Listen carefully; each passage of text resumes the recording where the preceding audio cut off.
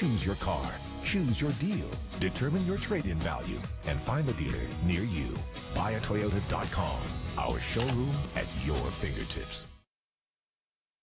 Thanks a lot, Jeff. You may look at your kids using a computer or your smartphone and wonder at how savvy they are, but a local pediatrician and author says technology too early can be harmful to our children. Dr. John Hutton is here with a couple of new books in his Baby Unplugged series and also some advice for parents. Good to see you, John. Good to see you, too. So you sent over a statistic that surprised me a little bit. By 5 months, about half of all babies have watched some sort of a video. And then by age 3, it's 90% who are watching videos. That's correct. And why is that bad for babies between 0 and 3? Well, it's really amazing how quickly the whole landscape has changed for children.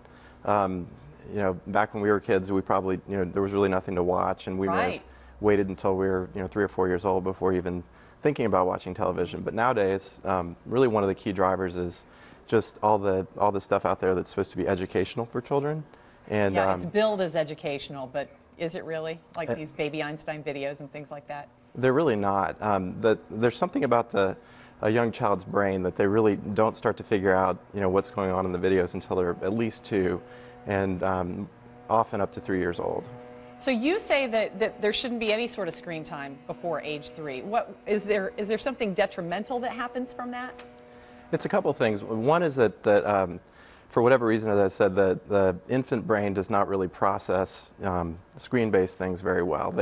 They're new in the world. They're still trying to figure out the three-dimensional stuff, people, objects, and sort of the world around them. And also, another thing about technology is it creates a barrier between them and grown-ups. And really, the grown-ups are a child's first teacher. And so really, what they're craving, especially as infants, is interaction with people, the real world, and then that's how they develop language, that's how they develop their basic skills. And we're going to get to more of the tips that you put together for us, but really, you hit on that when you said not having a barrier between small children and adults, and these books that you've created is one way to connect with baby. You're reading to them, you're showing them pictures, you're talking to them about it, right? That's right.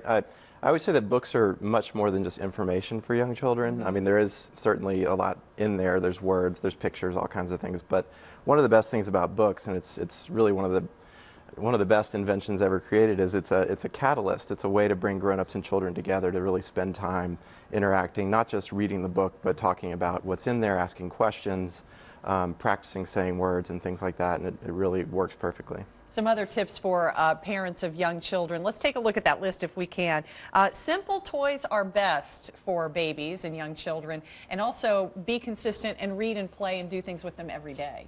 That's right. I mean, children really crave that interaction with their grown-ups, and so every day, there's another opportunity to do something together, whether it's walking in the yard or, drawing with crayons or playing with a good old-fashioned cardboard box. And you say talk to your child. Now, when my kids were babies, I talked about everything I did going through the house. Oh, I'm going to the kitchen now, and I'm turning on the water. And is that what parents should be doing when they have little ones? That's perfect. You're being a baby narrator. So you're going through and just that's how they get their words. I mean, it's really and it's definitely been shown that the more words a young child is exposed to in the home, the better their language development, and the more likely they are to succeed in school and be good readers and things like that. And being a good role model is really important too. I mean, we need to limit our screen time and how much we're on our phones and computers too, don't we? That's a huge issue, and it's really coming up a lot in the pediatric literature, and just it's becoming more and more of, we've been looking at children and how much TV they watch and things like that, but really more and more they're looking to their grown-ups to be good role models, and if they see their parents on cell phones at the park, they're going to want to have a cell phone at the park, not play on the swing, things like that. So that's a really good reminder for all of us. And you can hear more from Dr. John Hutton and some of his peers at Blue Manatee Bookstore. They're going to be discussing the Baby Unplugged books and signing them on Saturday morning at 10, and I have a link to Blue Manatee Press at Fox19. And it's actually Saturday the 24th. Oh, I'm sorry.